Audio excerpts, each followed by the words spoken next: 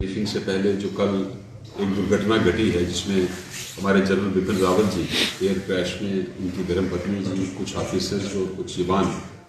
जो जिनकी मृत्यु हुई है, हम बड़े दुख से ये कहते हैं कि पूरे देश को इसका नुकसान हुआ है और हम भगवान से प्रार्थना करते हैं कि उनकी आत्मा को शांति मिले। तो दूसरा इशू जो एक आपके संज्ञान में रखना है कि जैसा आप जानते हैं कि नवंबर में बड़ी ये ओले पड़े थे जम्मू कश्मीर में, बड़ी बारिश हुई थी जिससे हमारे जम्मू कश्मीर और खासकर 3 जिलों के सांबा, कठुआ और जम्मू के जिलों के जो किसान भाई थे उनको काफ़ी नुकसान हुआ था। उनकी फसल में काफ़ी नुकसान हुआ था, फसल गिर गई थी, पानी में डूब गई थी। तो जो कलेक्शन सेंटर्स हैं, जो मंडियां हैं फूड कॉरपोरेशन ऑफ इंडिया ने खोली हुई, उनकी डेडलाइन कट ऑफ डेट जो थी वो 30 नवंबर तक थी 2021, ताकि जितनी भी पैडी है वो 30 नवंबर तक वो वहां पे अपनी जमा करवा सकते थे मंडियों में।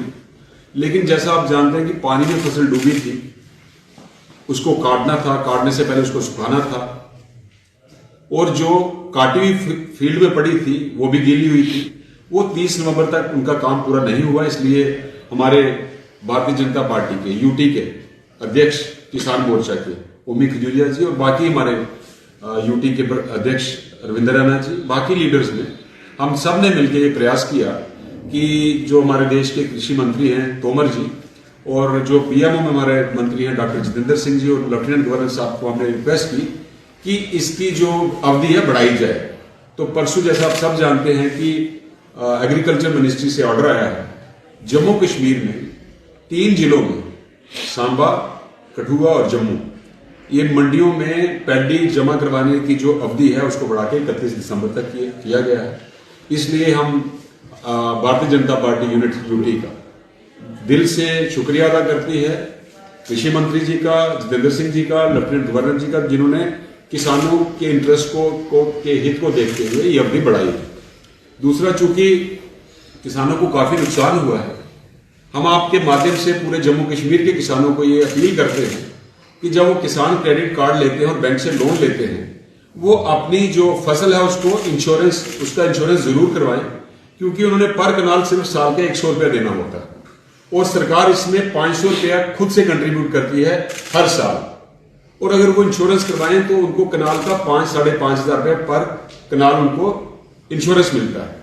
लेकिन अगर उन्होंने इंश्योरेंस नहीं करवाया हो तो उनको एनडीआरएफ या एसडीआरएफ से सिर्फ 600 या 675 रुपए पर कनाल मिलता है और उनको सरकार पे डिपेंड रहना पड़ता है। तो इसलिए वो अपने, सरकार तो उनके भले में सोच रही है, मैं उनसे ये अपील करता हूं कि वो भी अपने भले के बारे में सोचें और अपनी फसल को हर साल इंश्योरेंस करवाएं। और साथ में उनको ये भी बता दें कि खाद की कोई कमी नहीं है, यूरिया, पोटाश की कोई, डाई की कोई कमी नहीं है, और पूरी मात्रा में जम्मू कश्मीर में पहुंच चुका है। और जो उन्होंने पैडी अपनी अलग अलग कलेक्शन सेंटर्स में जमा करवाई है, आपके माध्यम से हम उनको इंश्योर करते हैं कि 1 हफ्ते के अंदर अंदर उनकी पेमेंट जो है उनके अकाउंट में क्रेडिट हो जाएगी। धन्यवाद।